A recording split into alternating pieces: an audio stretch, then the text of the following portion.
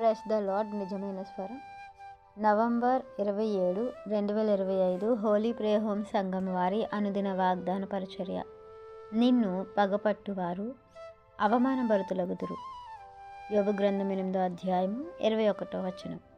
ప్రియమైన దేవుని వారులారా, మనకు ఎవరైతే పగవారు ఉంటారో, ఎవరైతే మన నాశనాన్ని కోరుకుంటారో, ఎవరైతే మనకు కష్టం కలిగినప్పుడు, శోధన వచ్చినప్పుడు మనల్ని అవమానిస్తారో వాళ్ళే అవమానభరితులగుతారు అని వాక్యం సెలవిస్తుంది.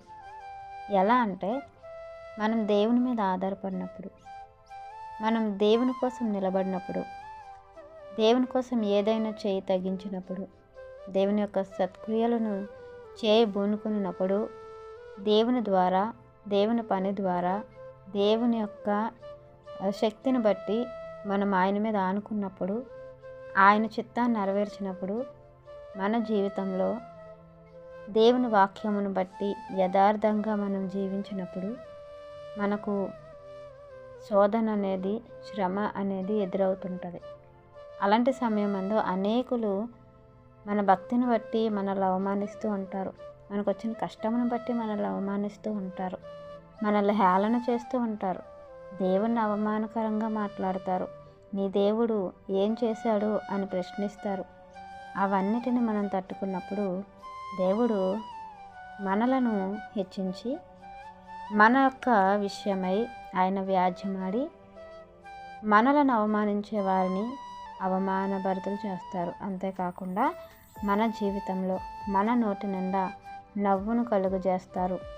హర్షించే పెదవుల్ని మన జీవితంలో, మన హృదయంలో, మన బ్రతుకుల్లో ఆనందాన్ని నింపుతారు అని వాక్యం సెలవిస్తుంది. కాబట్టి యోబు గారు ఎలా అయితే ఆయన యథార్థతను కోల్పోకుండా దేవుని గెలిపించి ఆయనకున్నటువంటి భయభక్తుల్ని రుజువు చేసుకున్నట్లుగా మనము ఎలాంటి కష్టం వచ్చినా, ఎలాంటి అవమానమైనా, ఎలాంటి శోధన వచ్చినా ప్రభు నిమిత్తము మనము దేవుని గెలిపించేవారుగాను, మన యథార్థతను కోల్పోకుండా మనకున్నటువంటి భయభక్తులను ఇంకాస్త అభివృద్ధిపరుచుకునే రీతిలో ఉండాలని ఈ వాక్యం మనందరి జీవితంలో దేవుడు ఫలింపచేయాలని ఆశిస్తున్న వారు దైవజనుడు బ్రదర్ పి. నెహెమ్యా గారు. God bless you. ఆమెన్.